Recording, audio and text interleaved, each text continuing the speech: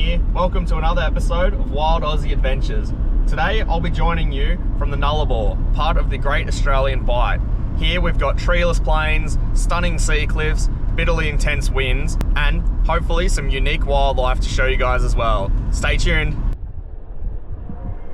When heading east from Norseman in Western Australia, you will soon come to this sign, the longest straight road in Australia.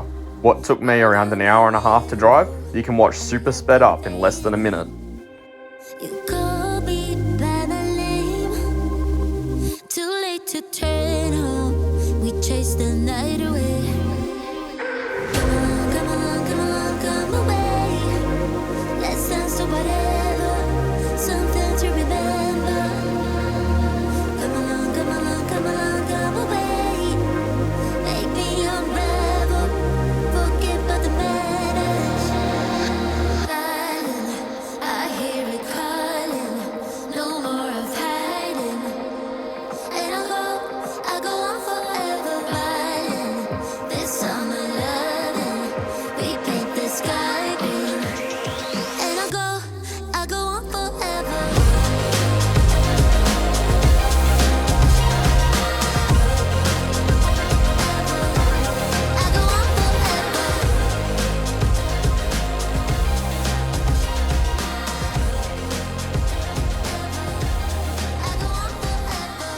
The Nullarbor is a notorious drive connecting travellers from Perth in Western Australia to South Australia and the East Coast.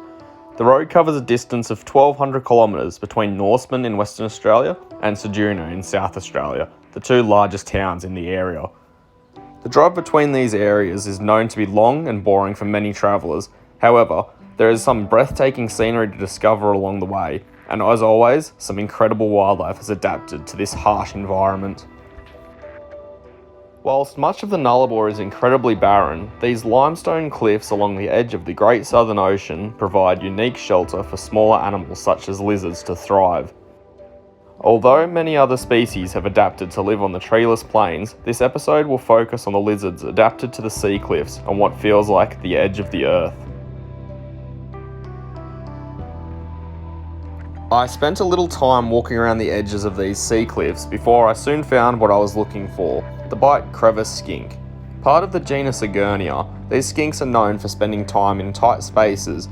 Reaching a total length of around 30 centimetres including tail, they're the perfect size for many predators and won't be seen far from the safety of a nearby hiding spot.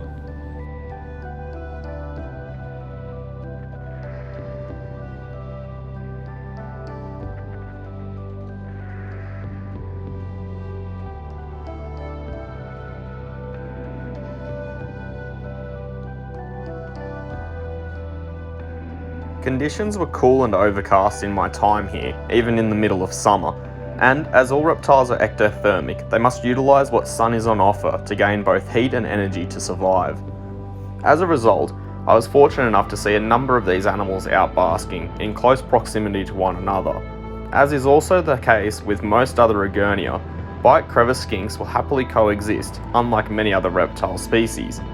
I would have seen around 4 to 5 individuals here, and I'm sure many other were likely close by but out of plain sight.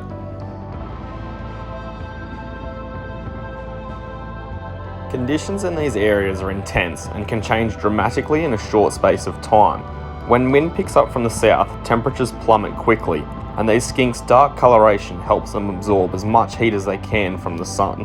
This means they can afford to spend less time out basking and more time foraging for food, or whatever other activities they might get up to through the day.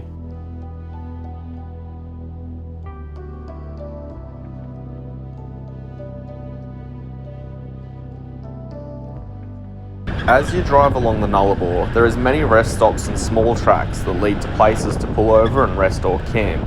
Most of this area is incredibly flat until you reach the coastline, where it feels like the earth just falls away in front of you. These areas provide an incredible lookout over the expansive sea cliffs and provide a unique camping opportunity.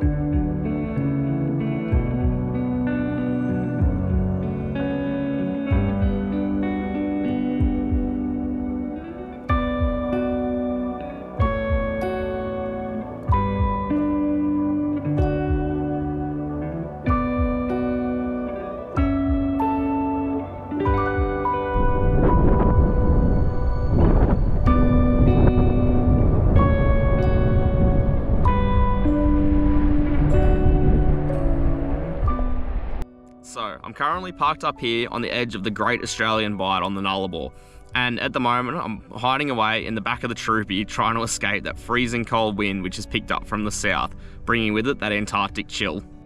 Up here on the sea cliffs, there's little to no protection from the elements. I'm lucky enough to have this giant wind block to hide inside of, but the wildlife that live in these parts aren't so fortunate. Here goes nothing. Ugh, yuck. I decided to brave the cold and see what would be active in these harsh conditions, and to my surprise, there was still plenty of gecko activity.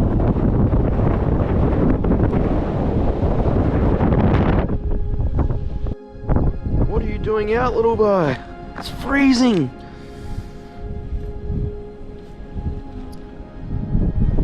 Clearly, these thick-tailed or barking geckos were tougher than I am. These geckos are nocturnal, meaning they're only active at night. They often shelter under exfoliating rock through the day, and the only rock in this area was literally on the edge of the sea cliff. In this video, you can hear the ocean crashing against the edge of the cliffs, to give you an idea just how close these guys live to that incredibly steep drop-off.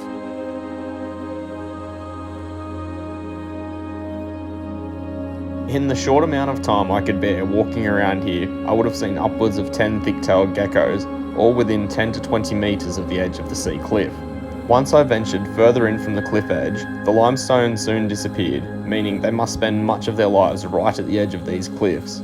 And these cliffs aren't small. In this area, in particular, they are over 100 metres tall and are an almost sheer drop-off to the ocean below. What an incredible place to call home.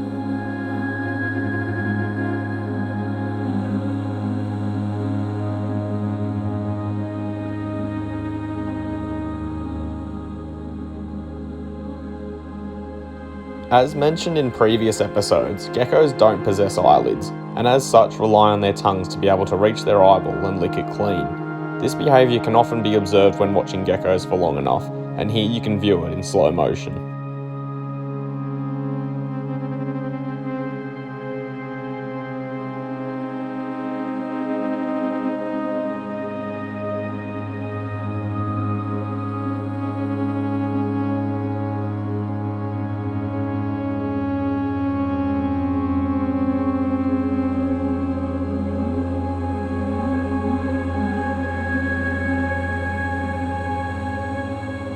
Thick-tailed geckos are members of the genus Underwoodiesaurus, of which 2 species are members of.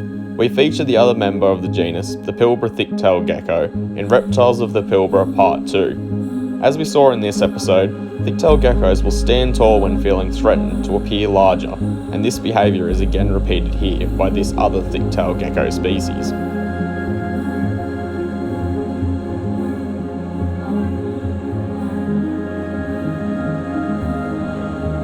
This guy decides it's time to head off, and I agree. It's time for me to enjoy the warmth and comfort of my home. And with that, it's time to call it a night.